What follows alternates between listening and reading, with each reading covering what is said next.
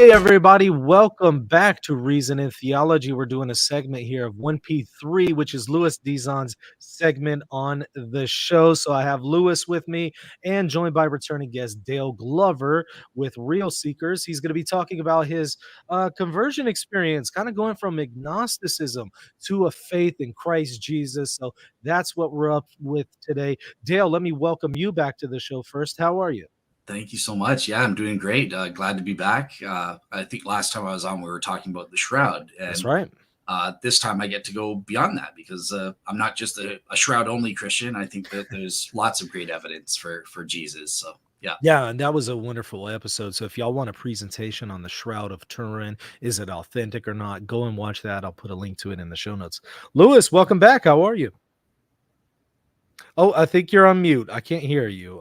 Might want to check your audio settings there. Hello, testing. Yes, How about? I can All hear right. you now. I just had to turn it off and on again. That solves 90% of technical problems. There you go. So yeah, we can hear you now. And welcome back to the show. Great to have you on.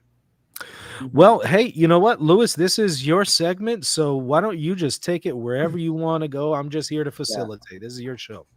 Yeah. So, for those who recall, Dale is a longtime friend of mine, going all the way back to my Protestant days. And we used to go to the same Reformed Baptist church, funny enough. And I remember for the longest time, he was actually a skeptic of Christianity. Like, he was open to the faith, but he had a lot of questions, and he would pepper me and Tony Costa and our Baptist pastor with all his questions.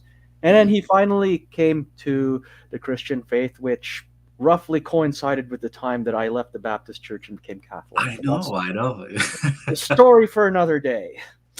But yeah, so here he's going to share some of his faith journey and the reasons for why he embraced the Christian faith. So why don't you walk us through your journey?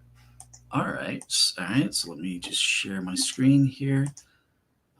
Slides.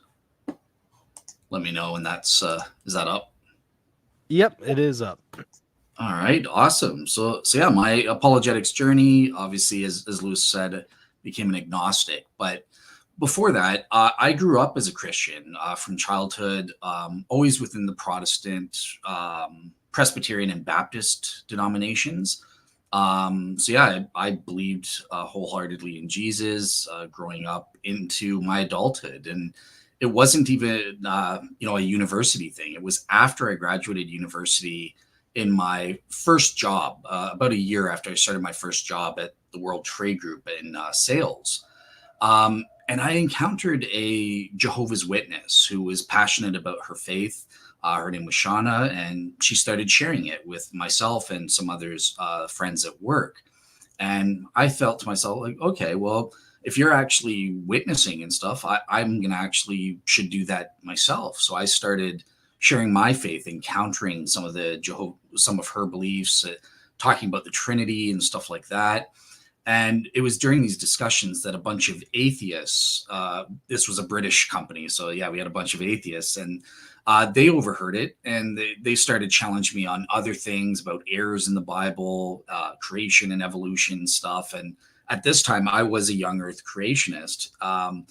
So yeah, I hadn't heard about a lot of the scientific details. So I started getting into discussions with them about my faith, and they would raise certain objections and that sort of thing, and I would raise to them very generalized knowledge about apologetics or positive reasons to believe, such as I'd vaguely known about Gary Habermas and Lee Strobel's stuff and stuff like that.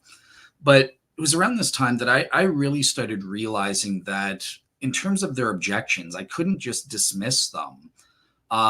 In order to have a well-rounded or a warranted belief in Christianity, you need to have an understanding of the totality of the evidence, both the positive and the negative. And I had not really researched in depth the negative evidences and had an informed opinion on some of these topics. So yeah, one thing led to another. And because of that, I eventually kind of lost my faith. I realized that you can't, in order to be warranted, you have to look at all of the evidence, and you can't just look at one side of the issues. So yeah, that led into my period of being an agnostic. That only lasted for about 6 months. And then after that, I became a general theist for the next 8 years, as Lewis was talking about. And over that time, I was lucky enough to work with some of the great experts, people like Dr. Tony Costa or Gary Habermas, especially, were very helpful to me. But even outside of Christian scholars, I was lucky and appreciative of people like Shabir Ali, Keith Augustine, for example, who's an atheist. Rabbi Tovia Singer, I think, was another one. He spent his entire afternoon at the airport helping me with my messianic prophecies questions and stuff like that. So yeah, I was very lucky to kind of work through the positive and negative evidences and create a systematic method for studying these and putting it together to make an overall judgment, which religion, if any, is true. And on May 5th, 2018, this is when I finally finished my research after 8 years. And I realized there is a 53.14% overall probability that Christianity was true, and all the other religions were below 50%. So at that time, I put my faith in Christ. And from there, a couple months later, I started up a show called Skeptics and Seekers with an atheist co-host named David Johnson. And each week we would write up a blog on a specific issue and then debate that topic on the podcast. Finally, from there, I branched out to doing my own thing, Real Seekers, and I've been doing that since about 2019, I think. I've also been a co-host on other Christian shows, such as the Faith Unaltered podcast. So I know you guys, Lewis, you debated David Russell, who's my friend, and was the Protestant co-host of the Faith Unaltered podcast, along with Tyler Fowler, who's been on this show. And I'm also co-host on the TheoGeeks podcast with David Russell as well. And I've done a bunch of guest appearances, such as their Reason and Theology channel. Okay, so to kind of summarize, I created an 11-premise deductive argument for the truth of Christianity, or for God's endorsement of Christianity as the religion he wanted me to follow, or humans to follow. And I'm not going to go through the argument itself just to save time, but just to kind of summarize the main elements of it. So basically, the first part is I had to start with God exists. And by God, I mean a real maximally great being. He is a being that has all of the great making properties to the maximal possible degree. The second element, though, is it's not enough that God exists. He also has some goals, because he is a free will being just like we are, and he chose to create the universe freely. So in order to make there's a rationality condition in the libertarian free will notion. So he must have had a goal or a reason for why he created the universe, and specifically human beings within it. And I think that he wants as many human beings as possible to achieve that ultimate goal or that ultimate purpose. A way that he could do that is through divine revelation. He could reveal to us what our ultimate purpose is and how to achieve it. And that's typically what religions tend to claim to be. However, there is a problem, because there is confusion. Well, what religion is God's divine revelation? How do we know what our goal is and how to achieve it? So on that front, God has to provide certain clarifying mechanisms. He has to clarify, okay, this religion, not the others. And how he would do that is where I get into my study of the Christian evidences on the positive side. So I invented this thing called the religion authenticating miracles. They're miracles that their specific goal is to authenticate this is the religion God endorses, not the other religions or something like that. Finally, I also argue that it is impossible for God to provide religion authenticating miracles for a false religion, or a religion that's not conducive for us achieving our ultimate purpose. So therefore, whatever is revealed by the rams, we can have confidence in following. And finally, the last bit is, it just so happens Christianity uniquely has these religion authenticating miracles and the highest overall probability, above 50%. And so we can trust that God wants us to follow Christianity. So that's in a nutshell. Here's just the argument in standard form. But okay, so religion authenticating miracles. I've put a lot of work into how do we identify miracles, and essentially philosophers and even Michael Kona and biblical scholars and apologists, there are usually three main elements, right? So number one, you have to prove an event took place so that that there's something that needs to be explained. The second is that it's they'll say it's supernatural in some way, or it's improbable to occur given natural laws. And then finally, it takes place within a context charged with religious significance. So I've kind of expanded on the two criteria here. And I said we don't need to necessarily prove it's supernatural. It just needs to be extraordinary in some way. And there are three main ways that I think I can think of to do that. So the first is you can make a mechanistic type argument. So this is what we hear all the time, right? Like all the ordinary naturalistic mechanisms or explanations have been proven to be sufficiently improbable to be explanations for a given event, right? So that this is where people like Gary Habermas and that they'll get into, well, the hallucination hypothesis, that's improbable. The conspiracy theory, that's improbable. And so that's kind of a mechanistic type argument.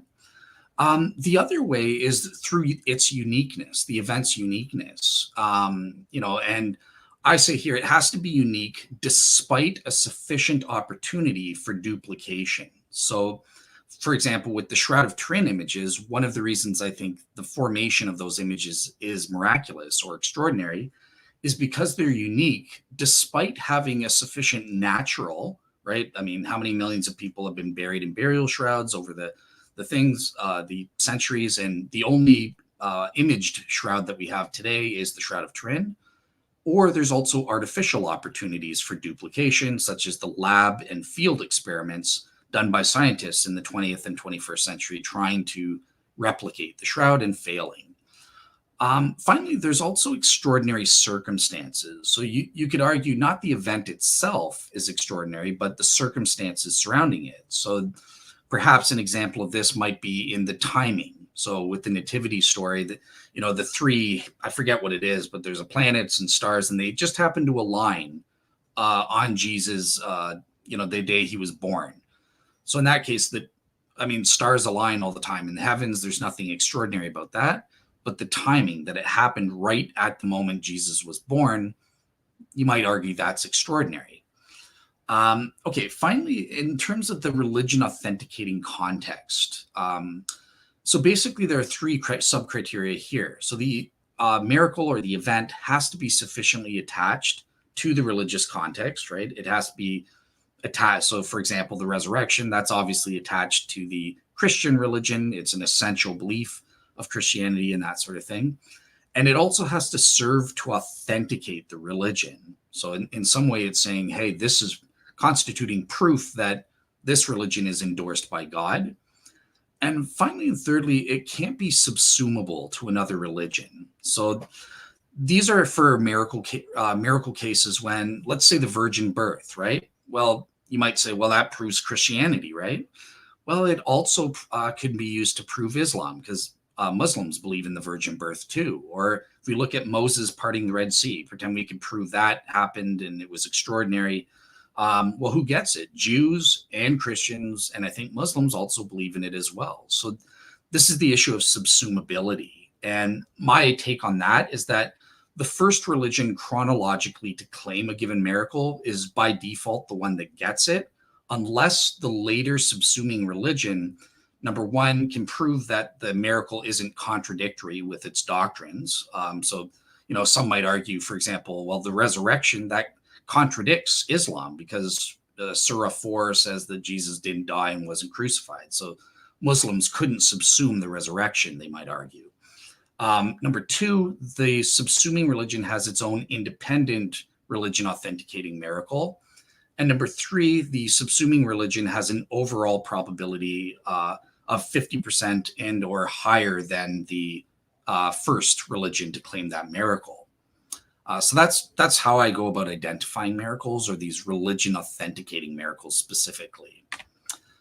Okay, cool. So let's get into, well, what is it that converted me? And I said the first thing is I started out for a 6-month period around 2009, 2010. I forget which year it was, but for 6 months, I was an agnostic. I had lost my belief in God, and eventually after that, thankfully, I became a general theist.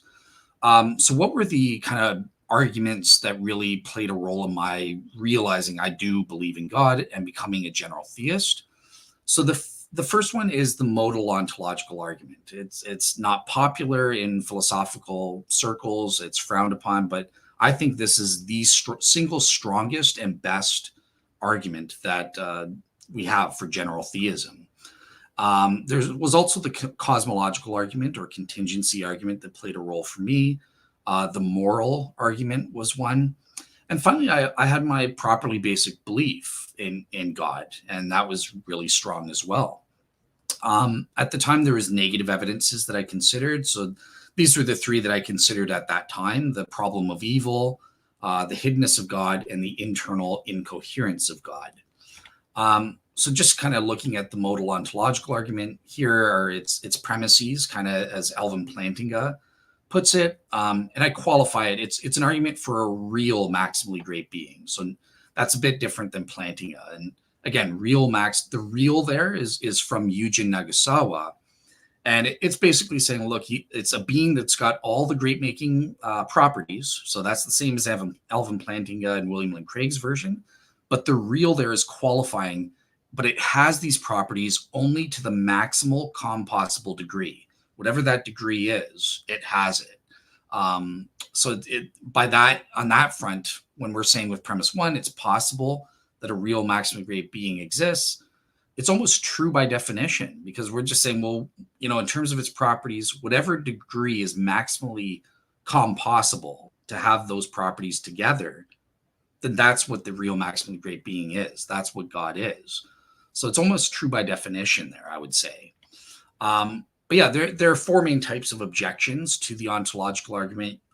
You can try to deny its logical validity. Virtually nobody does that because it's easy to make a valid argument. Or they'll try to say, well, it's logically fallacious. It's begging the question. And again, these kind of appeals to fallacies have really been disproven over the years. Philosophers have done the work. They're not begging the question or committing obvious fallacies. You can also deny the soundness or truth of the premises. So on this front, most people will deny this first premise. Surprisingly, a lot of atheists and scholars accept the truth of all the premises of this argument. It's only really premise one that they deny, the possibility premise. So yeah, that's what most work is done today on, is establishing, is it in fact ontologically possible that this real maximally great being exists? And it's important to note that this isn't just an epistemic possibility. It's not like, well, I'm dumb, so as far as I know, God exists. Yeah, it's possible, maybe. It's not an epistemic possibility. It's ontologically or metaphysically, is it possible for God to exist?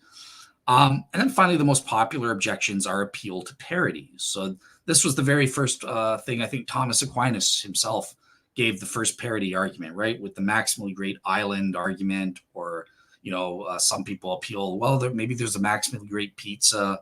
I think that's Victor Stenger who says that. There's also the quasi-maximally great being. So it's saying, well, it's possible that not a real maximally great being exists, but a quasi one. So he's God minus, as T-Jump said, minus he has no knowledge or intelligence at all. And that's what he calls the magic pineapple thing. It's essentially a quasi-maximally great being. It's a being exactly like God, but it has some kind of deficiency. So it's not knowledgeable or powerful to the maximal degree, or it's missing one of the proper great making properties altogether. And then finally, you could say a real maximally evil being, or the devil parodies.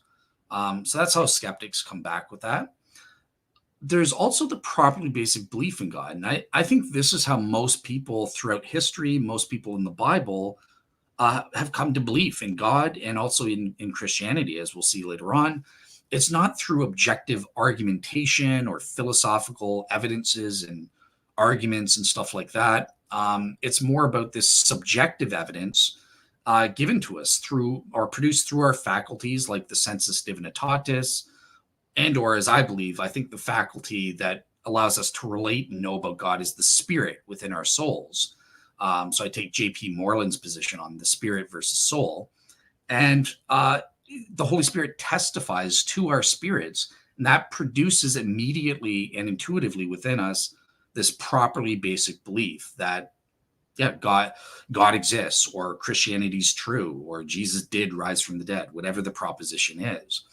And yeah, I think, atheists and skeptics, I was on Pine Creek Doug's show, and he tried to say, well, this appeal to properly basic beliefs, this is, how do you distinguish it between a Mormon saying, well, they've got a burning in the bosom that, XYZ is true or something like that. And the point is here, I think William Lane Craig makes it brilliantly, is look, counterfeit claims are meaningless. This is a subjective evidence, meaning I'm privy to my own properly basic beliefs, whether they're proper with respect to the criterion for knowledge warrant or not. I'm not privy to some Mormon, giving a claim that they also have the same thing. So I'm not obligated to believe them. I know internally that I'm warranted, and I have no knowledge about whether they're warranted or not. So counterfeit claims don't do anything to disprove properly basic beliefs or anything like that.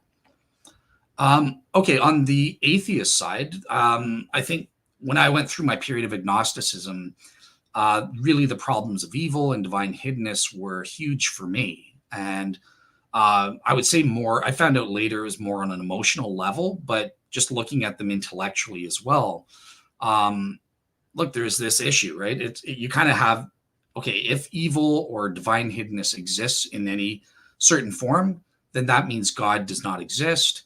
Premise 2, well, evil and or divine hiddenness in the specified form obviously does exist. And then you conclude, therefore, God does not exist. This is kind of the underlying structure for all problems of evil or divine hiddenness arguments.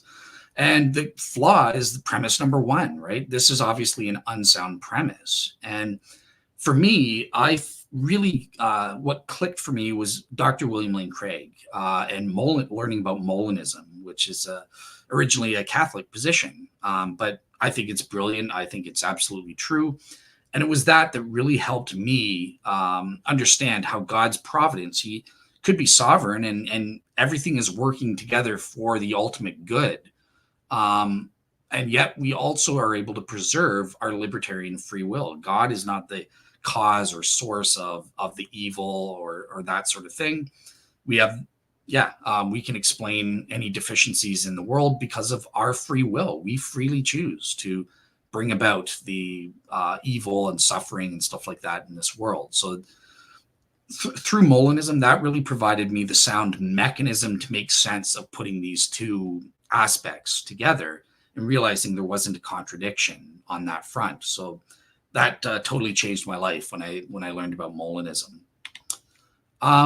Okay, the other argument was the internal incoherence of God. So this one says, well, look, God isn't contradictory with some external fact about the world, like evil or, God's not showing up in the way he should be.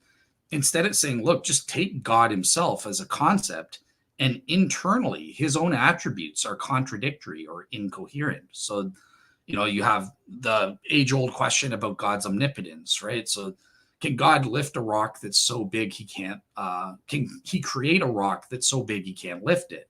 Well, either way you answer, he's lacking a power. He either can make it, and so he lacks the power to lift it, or he can't make it, and therefore he lacks the power to create this rock.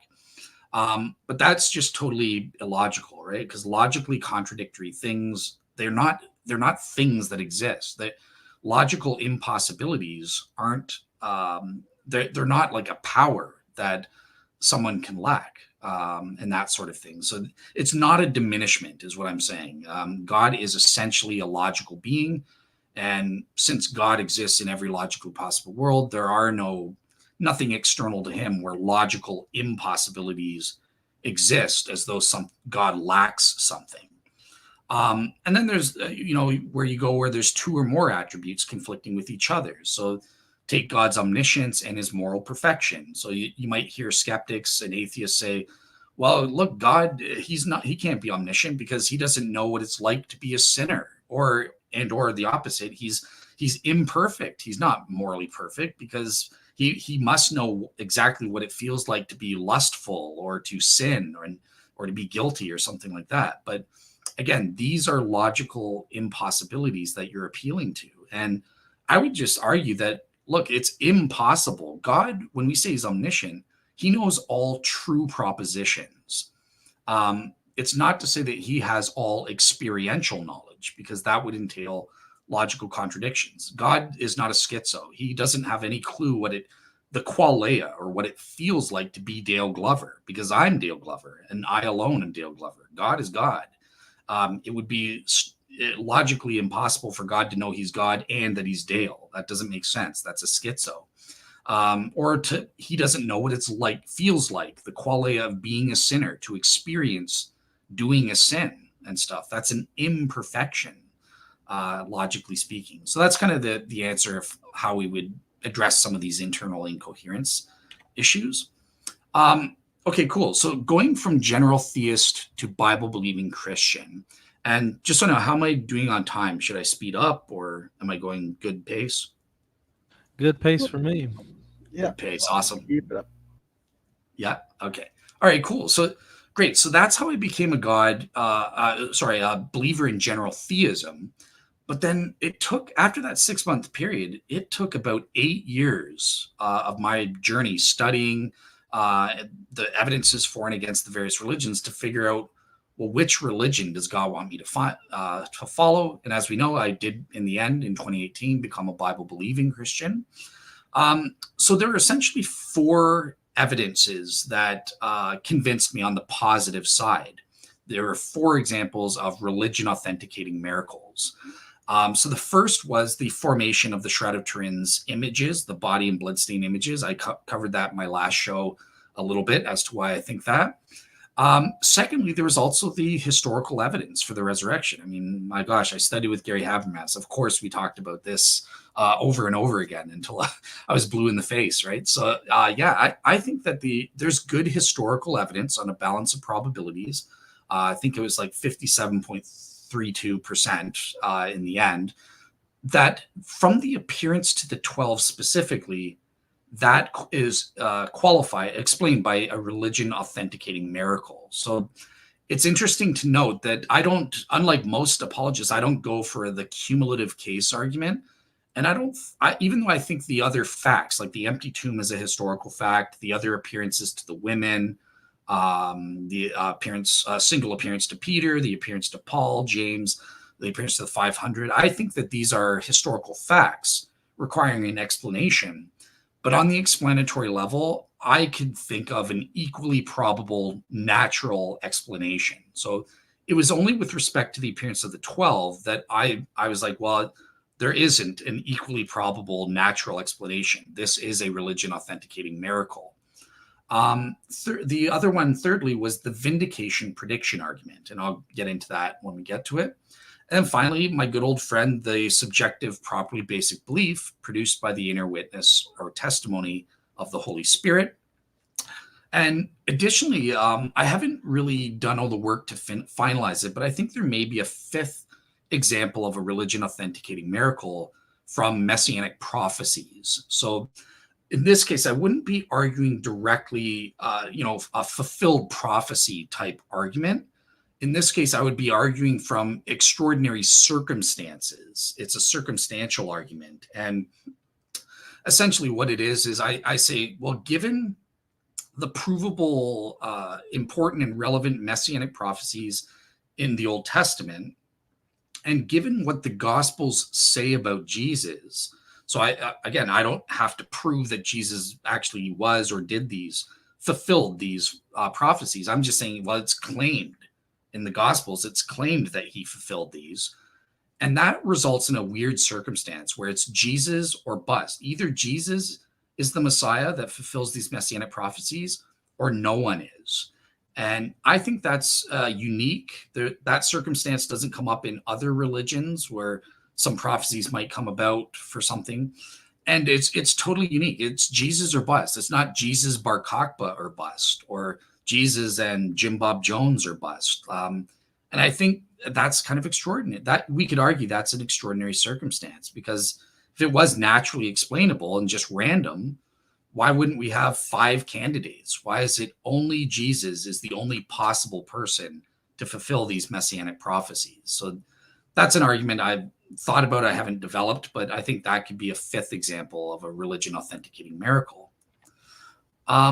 Okay, so going on, in terms of the negative evidences, there are 4 categories of negative evidences. So these are evidences that said Christianity is not the religion God wants you to follow and or is false.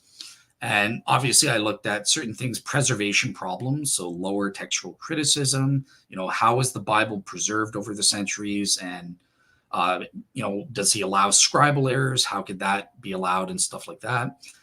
Related to it is inerrancy issues. So these are more substantive errors, and they go beyond just minor scribal issues, and perhaps were errors in the original autographs themselves. And just an example of something that I thought was an error at the time, 8 years ago or whatever it was. So for example, the creation and the flood. I thought the Genesis narratives, I thought it's clear Genesis teaches a global flood, if you take it literally, and that sort of thing. And because there probably wasn't a global flood, I considered that an error, even in the original autographs themselves. It wasn't a preservation issue. Now, I've changed my mind on that issue since, basically through William Lane Craig's notion about Genesis 1 through 11 being mytho-history genre. So that issue's been solved. I no longer think it's an error, but just wanted to give you that example. At the time, I thought it was a historical, literal genre, and I didn't think it was true. Obviously, there's moral mistakes and misapprehensions. So these are errors of a specific kind, of a moral nature, things that depict God or his commandments for human beings as seemingly being immoral in some way. And then finally, we had other human factors. These, again, human factors, just arguments that make the Bible or God seem petty or not.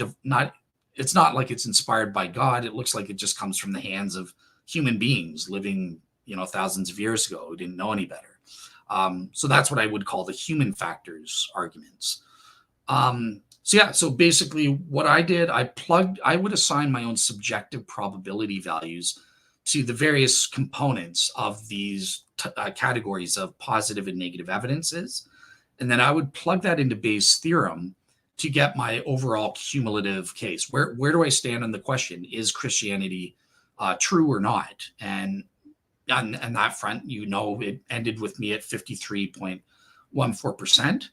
And one thing I should say in terms of the negative evidences, I cheated against Christianity because I grew up a Christian, so I probably have this unconscious bias that I want it to be true and that sort of thing. And because of that, whereas every other religion I studied, I went with the default 50%, which is what, as the prior probability, that's what you should plug in given the philosophical principle of indifference, right? Either it's true or it's not. There's an equal probability before you check out any evidence. But I assigned an automatic 95% against the truth of Christianity on the basis of the negative evidences. So it was unrealistic. It was just me saying, I'm going to put it to the maximum thing I think that can be proven against Christianity. So that means there was only a prior probability of 5% that Christianity was true before I even started looking at the positive evidences. And the amazing thing with that is that the positive evidences were so strong cumulatively that it even overrided that and made the 95% prior against it. And I came to faith. So that just is a testament to how strong the positive evidence is for Christianity. Imagine if I had handled Christianity fairly, it would be way higher than 53. Okay, cool. So getting into some of the specifics. So I mentioned the appearance to the 12 was evidence that I thought was good. So I basically, when I was studying this, I had to establish it in the way any historian would. So what are the historical sources? And the general reliability of those historical sources? What about the specific facts within those sources can we establish using the criterion of authenticity that historians like C.B. McCullough would use? And yeah, I would use things like Paul's letters, obviously 1 Corinthians 15, those oral creeds, the Acts sermon summaries, even the Gospels. Craig Keener, his book on Luke and Acts was amazing. And I think he's convinced me a lot of the reliability of Luke Acts. And Richard Bauckham's done work on the Gospel of John. But these were my sources. And I would extract, using the criterion of authenticity, certain facts relevant here. So the first is that Jesus predicted his death and subsequent vindication or resurrection to his disciples. Jesus was indeed dead due to crucifixion. So, I refute the swoon theory and that sort of thing.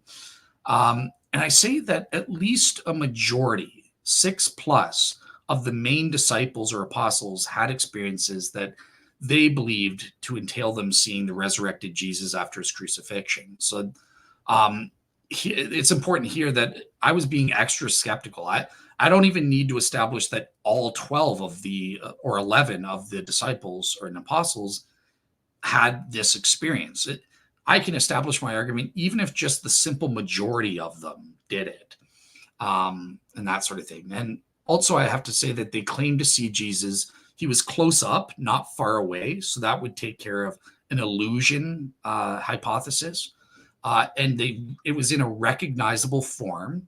Obviously, that the recognizable versus not recognizing is an issue with other appearances and that sort of thing. But here, with the appearance of the 12, I could establish it was in a recognizable form. And very importantly, it was in a non-glorious, ordinary manner that Jesus appeared to them, just like you or I appear. He wasn't glowing. He wasn't crowned in majesty or anything like that. And as we're going to see, that bit is relevant for one of the arguments for it being miraculous. And then finally, they saw Jesus either simultaneously or, for my one of my arguments, I don't even need that. I forget group appearances. Even if it wasn't a group appearance to the majority of the apostles, I can still prove that it happened within a relatively short period of time. And because of that, it is a miraculous appearance. So what were my two arguments at the explanatory level? How did I establish this appearance and or appearances were religion authenticating miracles? And the first is that based on the non-glorious nature. So essentially, with the resurrection back in the Jews' belief back in the first century, this was an eschatological claim or resurrection, and they pictured the Son of Man coming in glory. For example, Jesus at his transfiguration had was shining face in this, and this is kind of what the Jews expected. We would have glorious resurrection bodies. If Jesus was raised from the dead by God, then he should have been raised gloriously to indicate his vindication.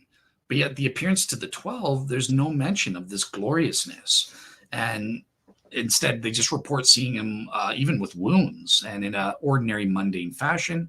And that goes against expectation. And because of that, this is a way of proving that the hallucination hypothesis is unlikely or improbable, because hallucinations tend to be in accordance with our psychological and socially conditioned expectations. And even the social contagion factor would actually work towards supporting this argument, because think about it. If, let's say, Peter or one of the apostles or a couple of them saw Jesus and hallucinated him in an ordinary fashion, but then you would say, but the others would probably see him in a glorious fashion. And due to social contagion, them talking to each other over time, the glorious resurrection appearance would take precedence, and that would be the traditions of the appearance of the 12 in the Gospels. It's unlikely that the ordinary appearance would take over the majority of the apostles' glorious appearances. And then finally, the other one was the one that Gary Habermas and Joseph Bergeron give, the improbability of having simultaneous group hallucinations. And that's, I consulted the some of the world's experts in hallucinations that Mike Lacona did, and they confirmed to me what Mike says in his book as well. So that was the appearance of the 12 argument. There's also the vindication, resurrection, prediction argument. So this one's kind of unique to me, but I kind of use Mike Lacona's, his scholarly work, establishing that it's a fact that before Jesus died, he predicted either his resurrection or at the very least his supernatural vindication after his death by God. And, Mike Lacona, he provides about 5 to 6 reasons that historians should conclude that, yeah, Jesus did in fact predict this. And since we can prove historically and scientifically, if you include the shroud evidence, that Jesus did in fact probably rise from the dead, thereby being vindicated supernaturally by God after his death, I think that the prediction itself must have been a religion authenticating miracle, because it's and this way we're doubly warranted by proving that Jesus rose from the dead. We get double the warrant. Not only do we have the warrant for a miracle from Jesus' resurrection itself, but also from the fact that Jesus was somehow able to predict that this supernatural event would happen in advance. So this is kind of a way of saying we get 2 miracles for the price of 1. So that's my vindication prediction argument. And interestingly, I did one show with my old atheist co-host, David Johnson, on Skeptics and Seekers, and he actually agreed with me that, yes, if you could prove the resurrection and that Jesus predicted it, this would, in advance, this would count as an additional miracle. So even the atheists were willing to grant me this as an additional double warrant, so to speak. Okay. So Lewis asked me to cover my encounter with Islam. So one thing I left out of my testimony there is that back in 2017, there was actually a couple of months where it looked to me like Islam was true.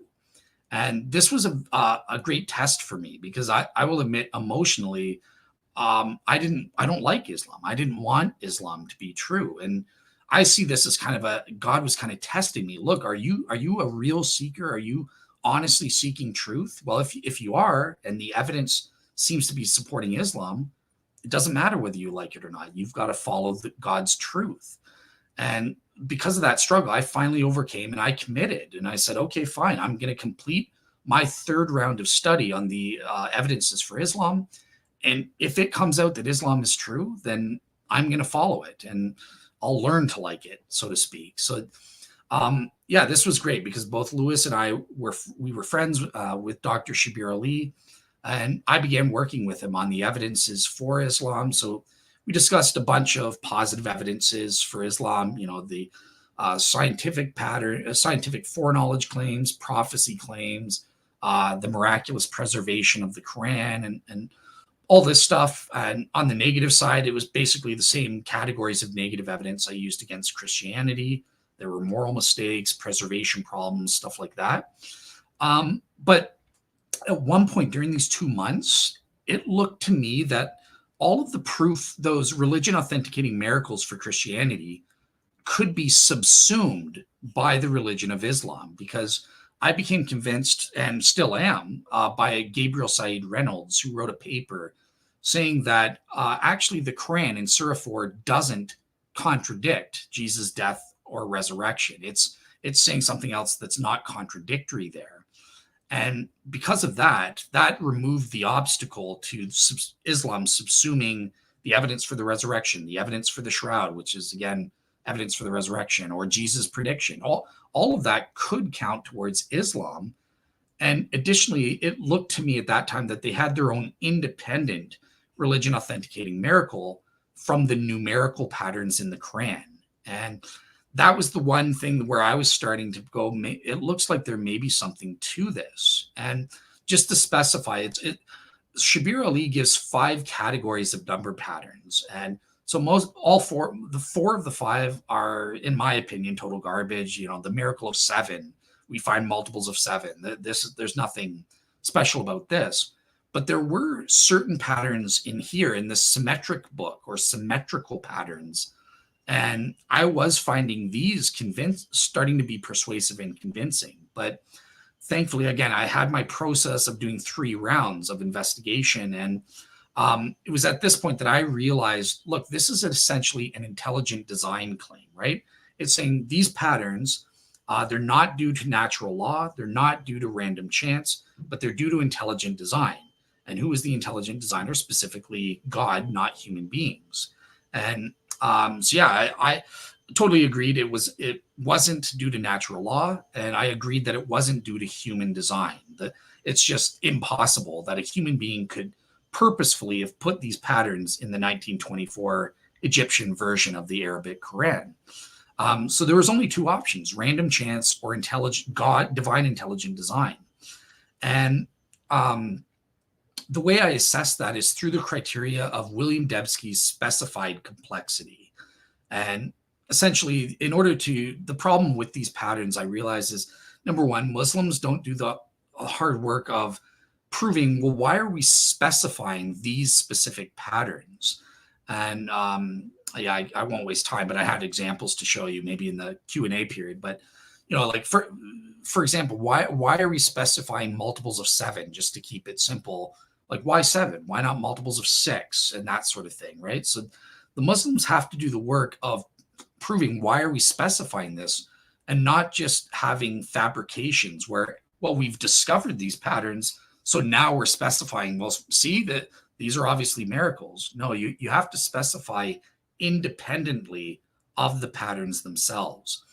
And secondly, and most importantly, there's a mathematical calculation. If you want to see if something is due to design versus random chance, there's a certain calculation, and the Muslims never do the math, with the exception of one person, Cahill 7, who he gives you the basic probability simple probability. So, what's the probability that you get a multiple 7? Well, 1 divided by 7, right? And the more patterns like these multiples of 7 you have, well, you multiply them, and it gets lower and lower and lower until it's, oh my gosh, 1 in a billion chance that we would have these 50 multiples of 7 in the Quran. Isn't that amazing? But the problem is the Muslims never do the work of calculating out the available probabilistic resources. And there are 2 types, right? So there's replicational resources. So obviously the Muslims are replicating these patterns over and over again until they get a hit, and they're just dismissing all of the failures.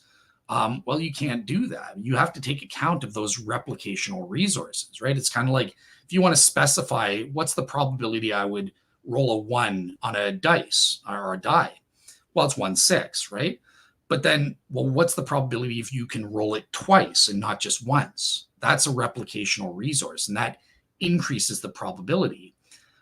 Likewise, there are things called specificational resources. So, in the symmetric pattern, especially, these are complicated compound patterns. It's not just what's the probability we get a multiple of 7. It's, well, what's the thing if we split the verses into even and odd surahs and then split it again into even and odd ayahs, and then we count the number of words and blah, blah, like it's a compound pattern. And each of these things adds multiple ways that you could have specified the pattern differently. And that will increase the odds that you will randomly just get a hit because, again, you're just dismissing all of the other specifications that didn't work, and you're going with this one. So that was basically what took me out of it, is that the Muslims lacked an provable, independent religion authenticating miracle because they're not doing the proper math and following the formula that they should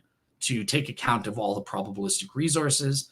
And therefore, these number patterns are just due to random chance. You can't prove it's due to God's divine design or something like that. All right. So now, in terms of my use of Bayes' theorem, let me just ask, how am I doing with time? Should I rush through this, or I've put you guys to sleep, I see.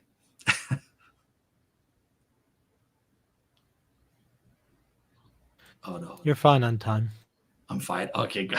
Hopefully I didn't put you guys to sleep, but okay. So I'll rush through the Bayes theorem, and then this will be the last thing on my presentation. So Okay, that's fine. okay, awesome. So yeah, basically, like I said, I assigned subjective probability values to the various evidential components on the positive and negative side. But then you come to this question, well, okay, how do you put it all together to make a cumulative judgment? And this is where my use of Bayes' theorem came in, because you plug those numbers in and out pops a number, an overall cumulative total for whatever you're assessing. And it's important to note, sometimes you don't need to calculate cumulative totals. So I didn't use Bayes' theorem for every premise. I would use it for certain ones when I had multiple lines of evidence, all cumulatively counting towards the truth of that premise. So for example, premise number 1, God exists. Well, I named multiple positive arguments. You also have to take account of those multiple negative evidences for atheism.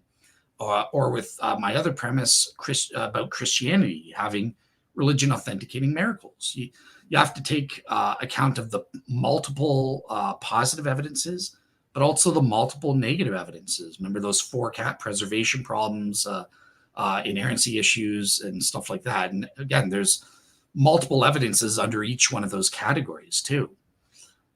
So Bayes is how I basically put it together. And essentially the formula is just, what's the probability that your hypothesis is true given the evidence and your background knowledge or background evidence? And here's the straightforward formula. So this is a conditional probability. So you have to ask, what's the probability that you would have the evidence you have, whatever it is. So what's the probability that we would have the data from the cosmological argument or ontological argument, given we assume God exists, or that the hypothesis is true?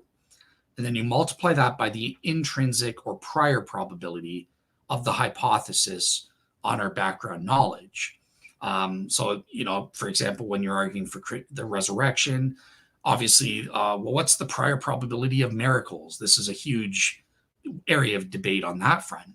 And then you just divide it by the denominator. So this is the same as above, plus 1 minus, right? So you're doing the opposite. What is the probability we would have this same evidence given we assume the hypothesis is false?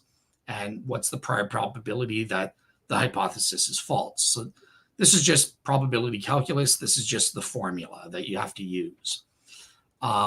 So yeah, we can translate that into the resurrection hypothesis. So what is the probability that we would have the empty tomb and the appearance to the 12 and the appearance to the women, whatever the evidential factors are, given we assume the resurrection hypothesis is true, times the prior probability of the resurrection hypothesis. And then the denominator, okay, the only thing we're adding here is that we would have the evidence of the empty tomb, the appearances, given the resurrection didn't happen. It's false that Jesus rose from the dead, times the prior probability, the intrinsic probability that the resurrection is false. I'll skip over the odds form. This is just a different way of calculating in terms of a ratio and comparing 2 specific hypotheses. So you might use this. What's the probability ratio between the resurrection being true given the evidence compared to the hallucination hypothesis given the evidence? So you're just comparing 2 specific hypotheses there. One thing in terms of the prior probabilities, this is something that's important because I never see atheists get into this, but there is something called the Jeffrey conditionalization formula that can help us assess the prior probability of a miracle or a religion authenticating miracle. So this is calculated by saying, well, what's the probability, in this case, of the resurrection miracle, given our background knowledge and assuming God does exist, times the prior probability that God exists on the background knowledge, plus what's the probability that the resurrection is true given the background knowledge and God doesn't exist. So it's saying, well, maybe he rose naturally. What's the probability of that? And then what's the prior probability that God doesn't exist? So atheists and skeptics like Bart Ehrman, they always like to focus on this half of the thing and say, well, this is very low. I mean, a 1 in trillion chance that someone would naturally rise from the dead, or just randomly, or something like that. But they always ignore this part of the equation, right? Because the prior probability that Jesus would have risen from the dead, given God exists, and the background knowledge, and I would include in this, you would have to include a divine psychology component, right? That he would, and not only does God exist, but he also has a sufficient religious motivation for raising Jesus from the dead. Well, then that raises the probability quite a bit. It would be virtually 100%, you might even say. So yeah, just bear in mind that there is a formula for actually calculating the prior probabilities of miraculous events. And atheists typically just want to focus on this, or maybe even this, but in debates like Bart Ehrman, he just focuses on this factor. That's irrelevant because we have this side of the equation where we assume God does exist. Okay, cool. So I mentioned, Luis, that I use a Bayes-ish approach. So there is a difference. I don't use the proper Bayes theorem formula because if you see here, remember, this should be, this is the proper formula. The conditional probability that we would have the evidence of the empty tomb or appearances given the resurrection is true. But instead, I just do a simplistic, subjective, direct probability, right? Like what I think that given the empty tomb evidence, I think it's 60% proven the resurrection happened directly from that evidence. Or the appearance of the 12, I'm 70% proven that the resurrection is true. So it's a more simplistic, intuitive way for people that aren't mathematicians and don't want to get into conditional probabilities. You're just asking, well, look, I have this bit of evidence, or this set of evidences, plural. What's the probability that those evidences directly prove that the resurrection is true in my estimation? And that's what I would assign as my subjective probability values total for the appearance of the 12, the Shroud of Turin's images, the vindication prediction argument, and etc. And I would plug that into Bayes, plus the prior probability, which I set as the default 50%, because, again, without any evidence, in the absence of evidence, you always follow the principle of indifference. And in Bayesian terminology, 50% doesn't affect the calculation. It's either true or the hypothesis is either false. There's an equal likelihood. So that's why I would just assign 50% here.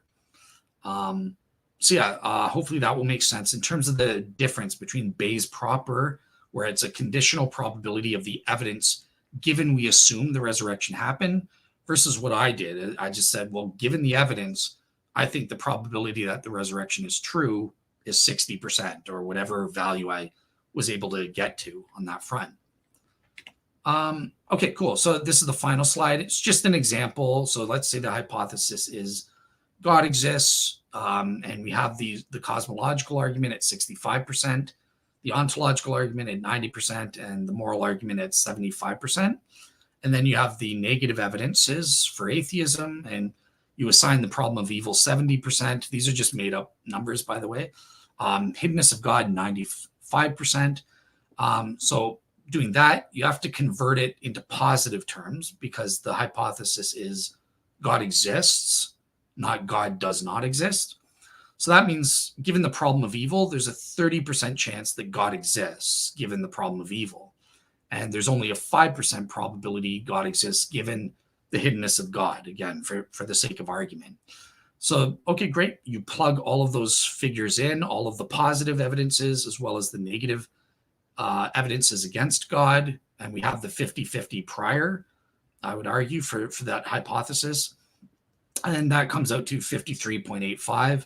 Therefore, you should believe God exists, probably exists. So with that is it. I will finally shut up and let you guys ask some questions. Oops. Luis, yeah, you could take it wherever you want to go. Make sure to unmute, though. Can't hear you. You're muted. Yeah, still can't hear you. Let me get rid of we this can hear you headset. now. It was the headset that was creating problems. So Yeah, we I'm can hear gonna you get now. rid of it.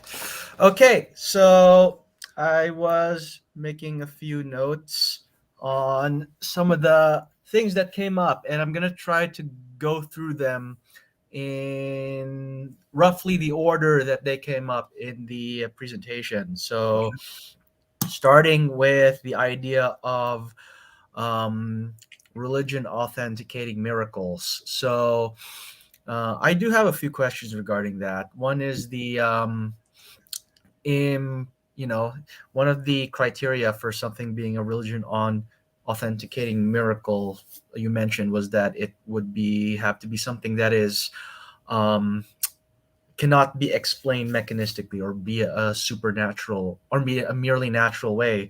I think if I was a non theist, a non supernaturalist, one of Mhm. my pushbacks against that would be that any natural explanation is inherently more probable than a supernatural one. Like, just to give a really extreme example, let's say I'm an atheist and you presented me with evidence for Jesus rising from the dead. I could argue that, oh, gas escaping from Jesus' dead body moved the body around in such a way that it looked like he had risen from the dead. That sounds ridiculous, but it's explaining the event purely naturally, and because it's purely natural, it's still more probable than an actual resurrection.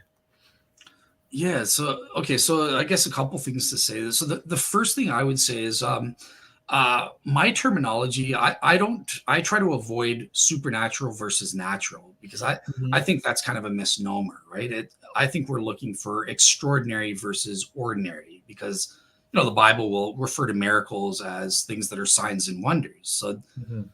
that can be supernatural or it could include certain natural events. Certain natural events, I think, I would argue, could be extraordinary.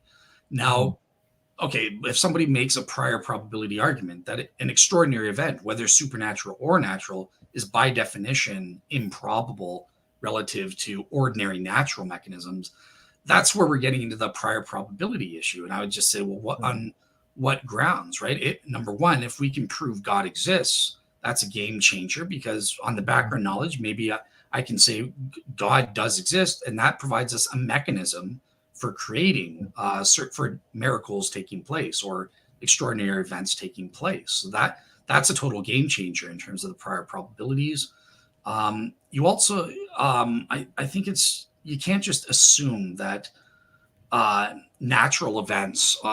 Okay, well, let me say it this way: the way I broke up my criteria for a religion authenticating miracle, it actually corresponds again to specified complexity or intelligent design criteria. So the extraordinariness is kind of us proving that it's a complex, improbable event given ordinary natural mechanisms, and the religious authenticating context is Mhm. the kind of like this specified pattern, the specification criterion. So essentially, I'm arguing for an intelligently designed event where we can identify, because of the religious context, that the Mhm. designer is God, and he's designing this event to authenticate a given religion. So I would just say, well, intelligently designed events are highly probable. They happen all the time.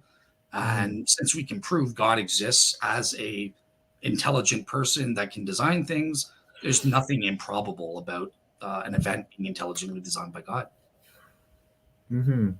All right, that makes sense. So let's say we verify some religion authenticating miracles. Let's go with the resurrection again as an Okay. example. One of your criteria is that the earliest religion to claim it um, gets that miracle. I'm wondering what you make of, for example, Rabbi Pinchas Lapid, who's a Jewish scholar who wrote on the resurrection, and he argues that Jesus did rise from the dead, but it doesn't necessarily prove Christianity because you could argue from maybe a Jewish perspective that it was merely God vindicating him for preaching in favor of righteousness, and in that way Judaism can claim it. And if Judaism chronologically precedes Christianity, they may have arguably a greater claim than Christianity on the miracle. How would you respond to something like that? Oh, well, I think the obvious response is, well, Pincus Lapide was a 20th century scholar, so he's not, his interpretation is not the first chronologically. I think none Mhm. of the Jews, non-Christian Jews living in Jesus' day had that interpretation.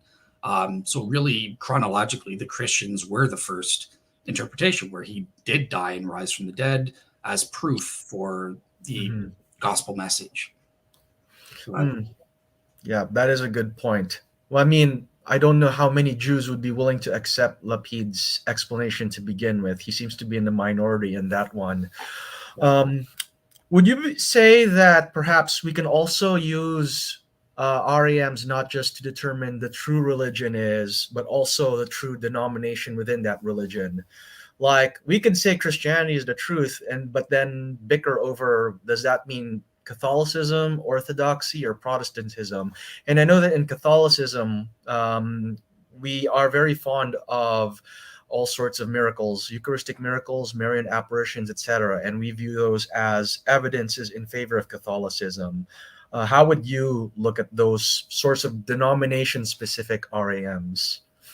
yeah, so obviously when I developed my method, I had in mind comparing and contrasting religions, but Hmm. I think you can apply the same criteria RAMs, at least in theory, to decide between denominations or sects and stuff like that Hmm. within a religion.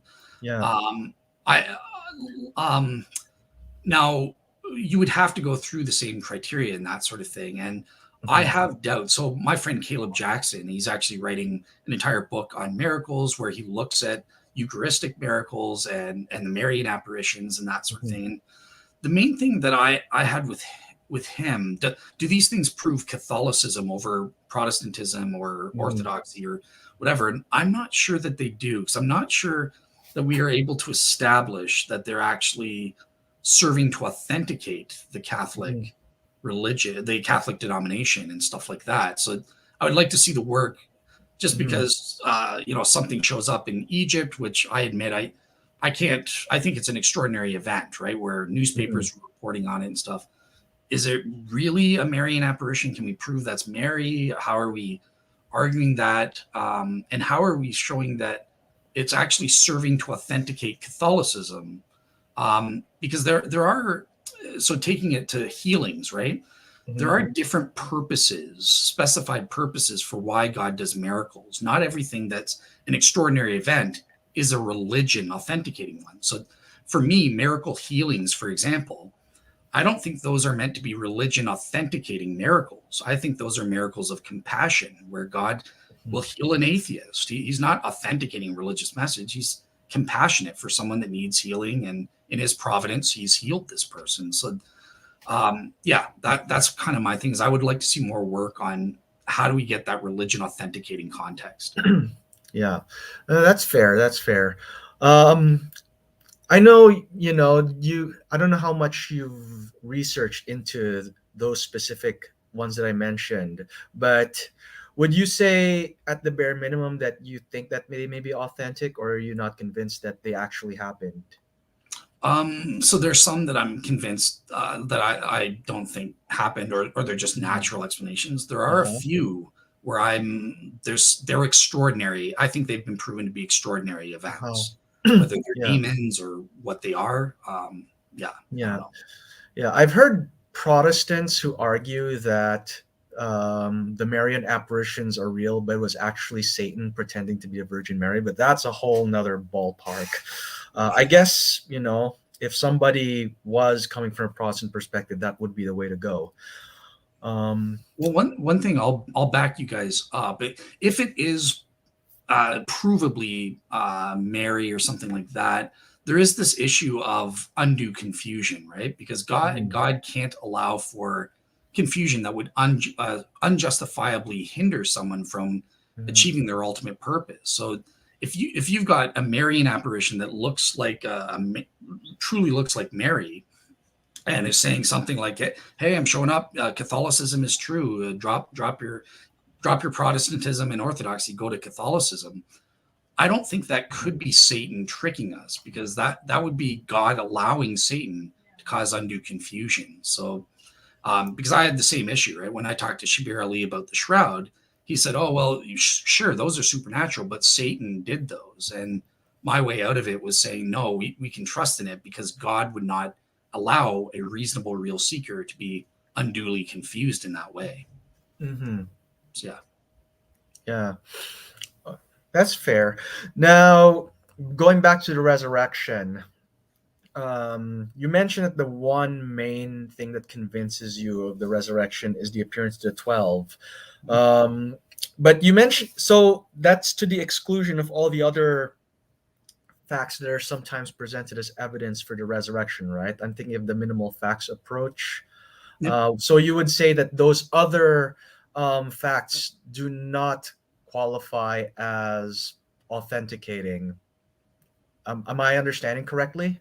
Yeah. Could you explain why you're not convinced, like maybe the women or the empty tomb are good arguments for it?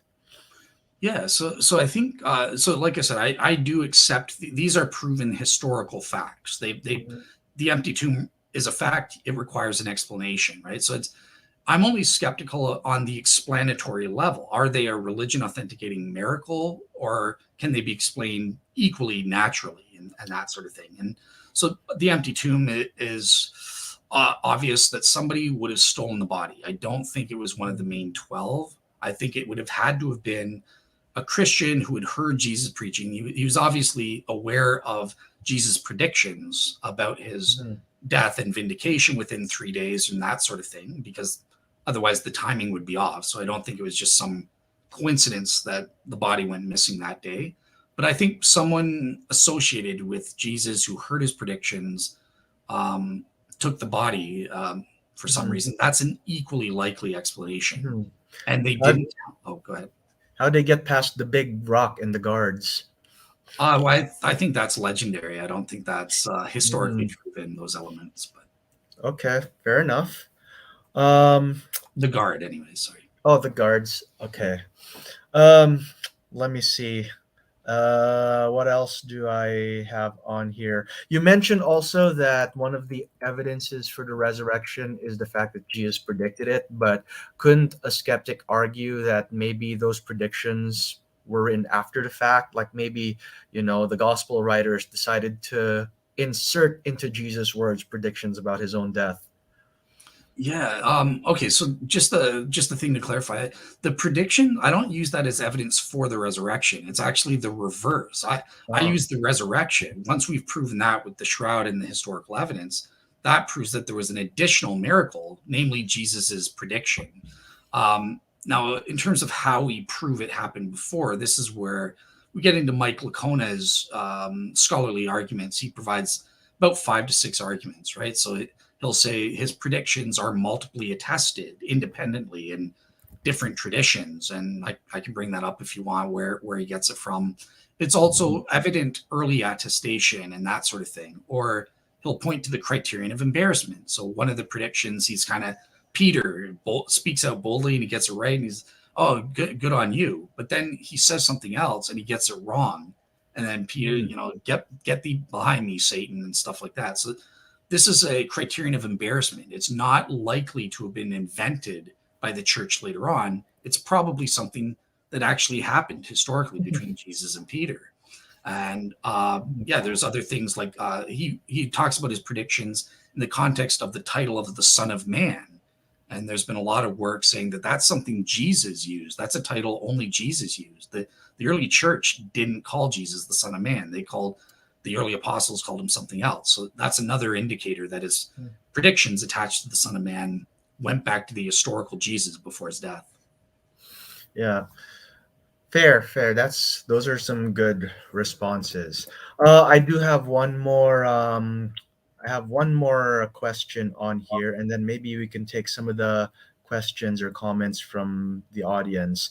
As you know, I am big on Christianity versus Islam, and I've done quite a bit of work on arguments for the Quran as well, especially the Quran numerical miracles one.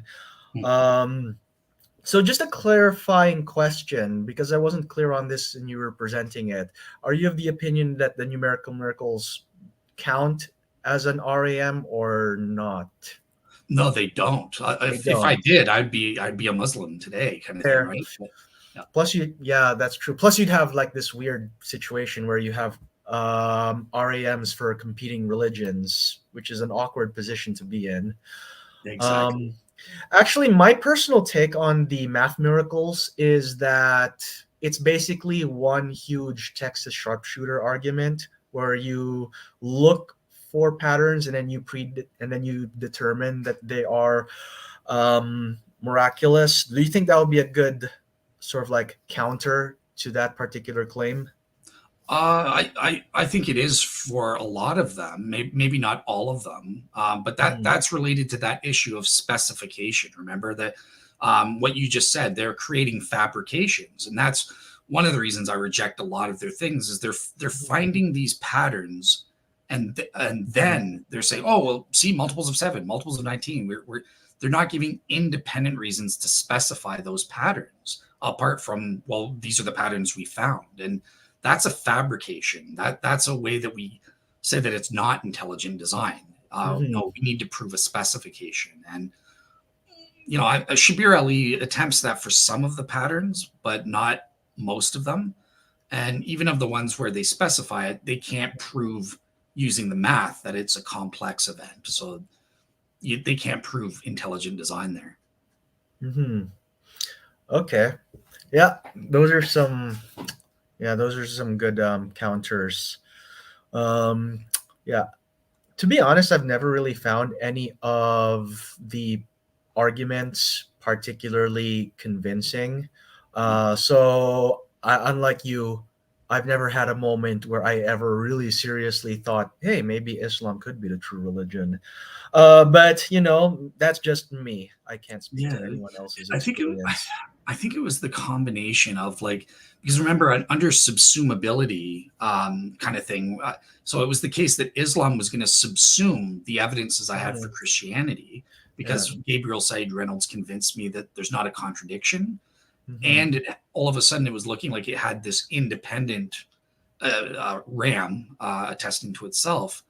So yeah, I think that combination was kind of what did it. But again, I looked into it, and they don't have the numerical patterns are not RAMs; they're just random chance. Hmm.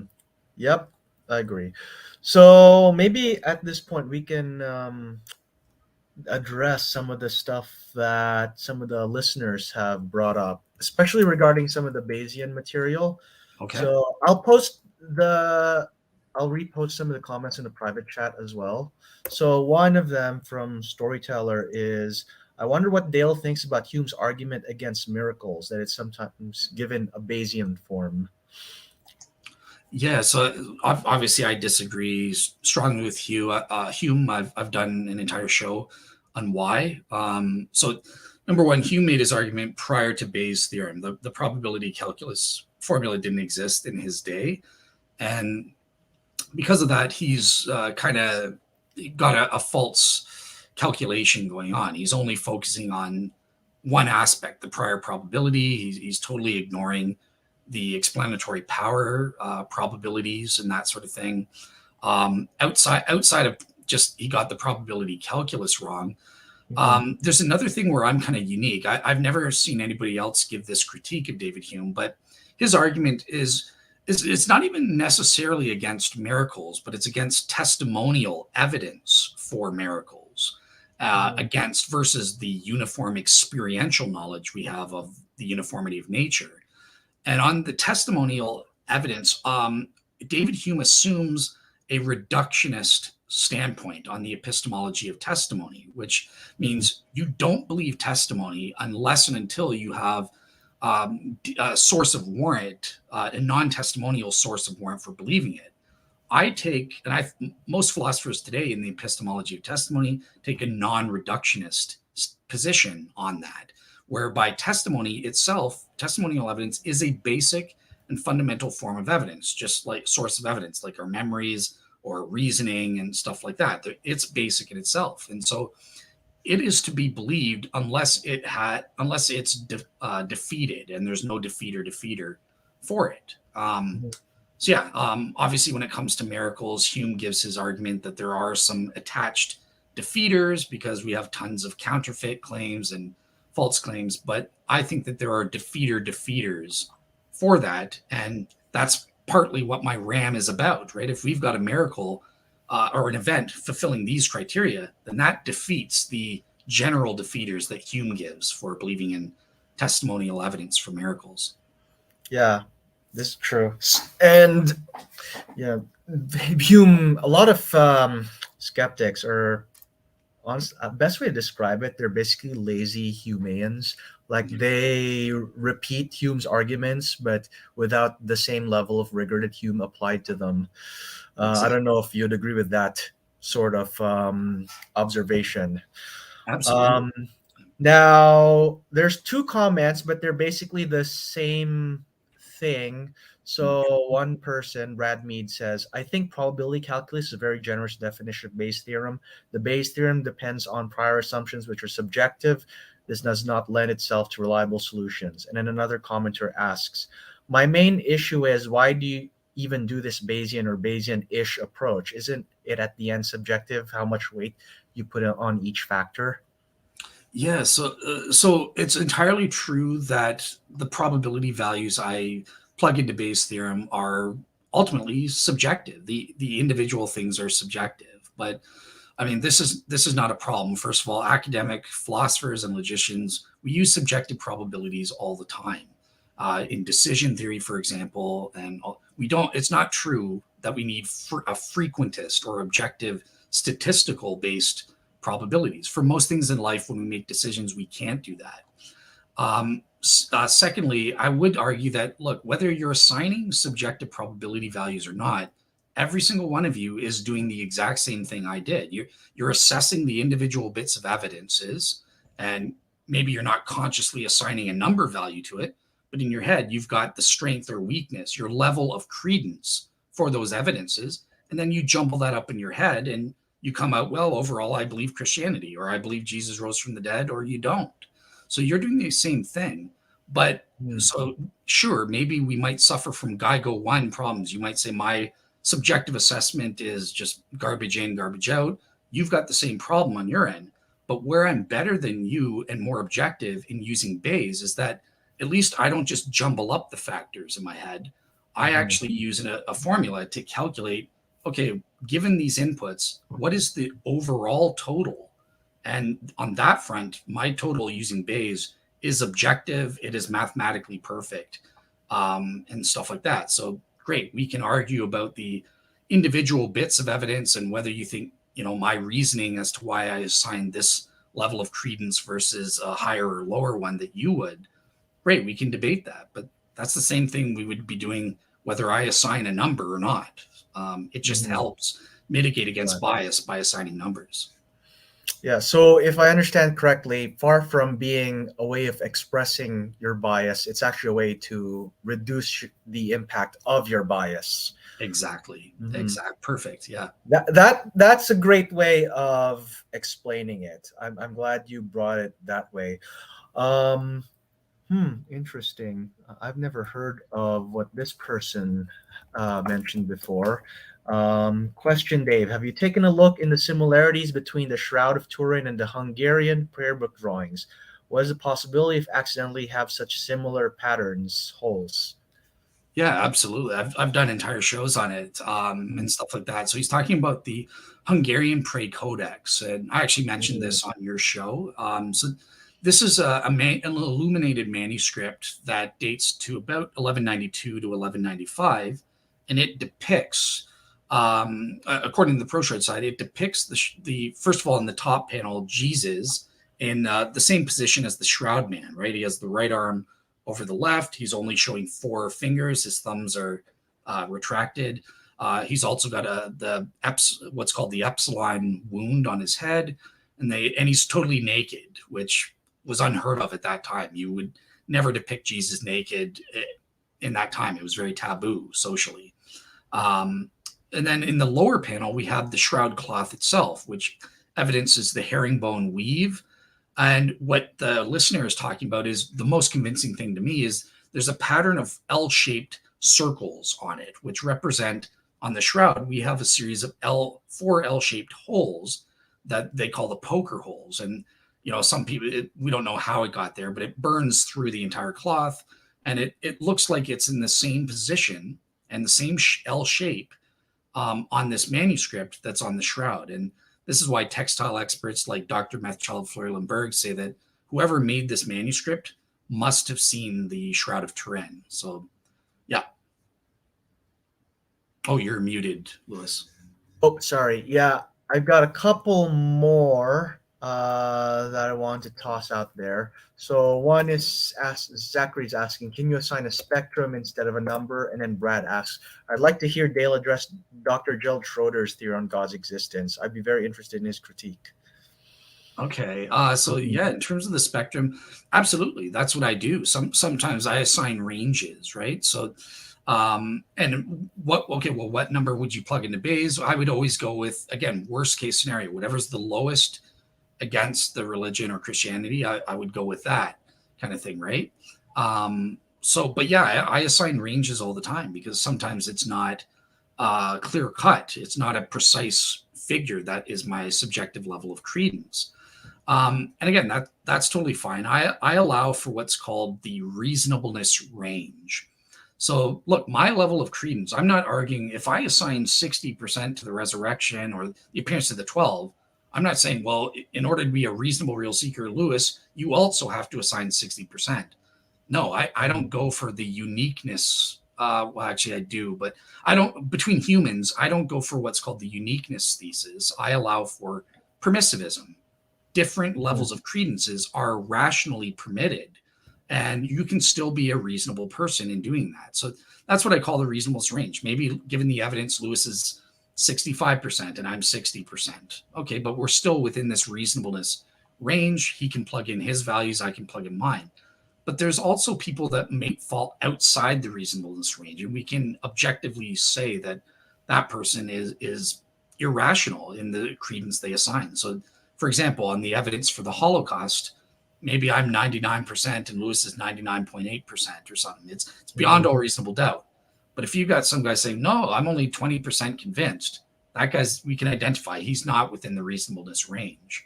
So yeah, my answer is I absolutely do allow for ranges. And in terms of plugging that into Bayes, I would always assign the lowest number or the number that hurt the case for Christianity. Yeah. And maybe the second one on Schroeder's theory. I read a little bit of Schroeder's work, but not in depth. So, maybe you would know more about that. Not offhand. What's his theory? Yeah, I don't know. The person who asked didn't really. Maybe they can give like a lengthier comment later on after the show, and then you can take a look at what exactly that entails. But yeah, I don't know what that is. Okay. Yeah, for sure. Yeah. Send me in the comments. I'll respond to you or something like that. So. All right. Yeah, I think we got all of them. All the comments or questions. Awesome. How's it going down there, Michael? Did you? Very, very productive. I'd like to get you back on the show to talk about the messianic prophecies. Absolutely. And some of the pushback that I think you said Shmuley gave you in an airport. Oh, did I get it right? It was Shmuley, right? Yeah. No, Tovai Singer. Yeah. Singer. Yeah. Sorry. Singer. Hey, if we're going to talk about that, I've done some work addressing Tovia Singer myself, so maybe we can tag team that topic. Absolutely. That would be perfect. So let's maybe discuss that off the air because I think that's desperately needed. I want to hear that. Awesome. Yeah. And I know many others will want to as well. So we'll certainly address that. Do you have a plug you want to put in for anything for the viewers? Yeah. So I guess I'm the host of Real Seekers. So you can find me on YouTube or Rumble Video just by typing in Real Seekers, plural with an S. Also, I'm on a blog site, which is where I post up all my like scholarly papers or anything you guys want to look up. And it's Real Seeker, so no S, ministries.wordpress.com. Otherwise, you can also see me on the Theo Geeks or the Faith Unaltered podcast from time to time as well. Perfect. Well, thank you so much. And everybody stay tuned. Definitely going to have Dale back on, and we'll talk about messianic prophecy. So y'all can look forward to that. And Luis, thank you so much for hosting this. Well done with your segment of 1P3. And y'all can look forward to much more content from Luis in the future. So, hey, everybody hit that like button and the subscribe button. Also, if you want to support me here at Reason and Theology, patreon.com/reason and theology is a great place to do it. There's also a GoFundMe link and a PayPal link there in the show notes if y'all want to check that out. All right, that's going to do it. See y'all later.